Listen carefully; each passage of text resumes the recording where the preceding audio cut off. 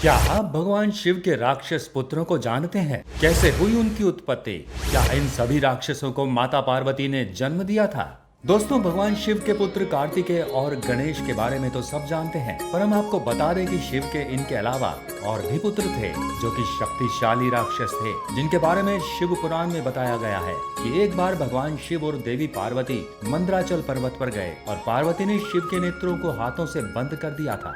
उस समय शिव को चारों तरफ अंधेरा ही अंधेरा दिख रहा था। तभी भगवान शिव के मस्तक से पसीने की एक बूंद धरती पर गिरी, जिससे वहाँ एक काला डरावना राक्षस उत्पन्न हुआ। देवी के पूछने पर भगवान शिव ने कहा कि ये हमारा पुत्र है। शिव ने उसका नाम अंधक रख दिया। भगवान शिव का एक भक्त पुत्र की प्राप्ति के लिए तपस्या कर रहा था, जिसकी तपस्या से प्रसन्न होकर भगवान शिव ने अंधक को उसे सौंप दिया। पिता की मृत्यु के बाद अंधक से उसका साम्राज्य छीन लिया गया। अंधकासुर ने ब्रह्मा जी की तपस्या से वरदान प्राप्त किया और तीनों लोगों को अपने अधीन कर लिया। वो देवी पार्वती को ही पाने के लिए मंदराचल पर्वत पर पहुंच गया, जहां भोलेनाथ ने उस पर त्रिशूल से वार किया और उसके क्षमा मांगने पर भोलेनाथ ने उसे क्षमा करके अपना गण बना लिया था। जालंधर जालंधर का जन्म तब हुआ जब भगवान शिव की तीसरी आंख से उत्पन्न हुई ज्वाला को समुद्र में डाल दिया गया था। क्रोध की वो ज्वाला बालक का रूप लेकर रोने लगी, जिसकी आवाज से सारा संसार भयभीत हो गया। तब ब्रह्मा उसे देखने गए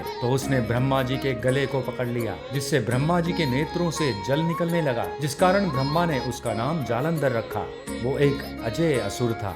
उसने समस्त लौकिक दुनिया पर कब्जा कर लिया था। उसने एक बार कैलाश पर भी हमला कर दिया था, जिस कारण उसमें और शिव में युद्ध हुआ और वो भगवान शिव के हाथों मारा गया। विद्युत केश का विवाह सालकंटक से हुआ। सालकंटक को एक पुत्र हुआ, जिसका जन्म मंदराचल पर्वत पर हुआ। सालकंटक ने अपने पुत्र को त्याग दिया और उसी पर्वत पर छोड़कर चली गई। तभी शिव पार्वती कहीं जा रहे थे तो उन्होंने एक बालक को देखा और उसे अपना पुत्र बना लिया और उसका नाम सुकेश रखा। साथ ही महादेव ने उस राक्षस पुत्र की आयु उनकी माता के बराबर कर दी। भोले ने उसे विमान समान आकाशगामी पुत्र प्रदान किया। वरदान प्राप्त कर वह आकाशगामी नगर में चला गया।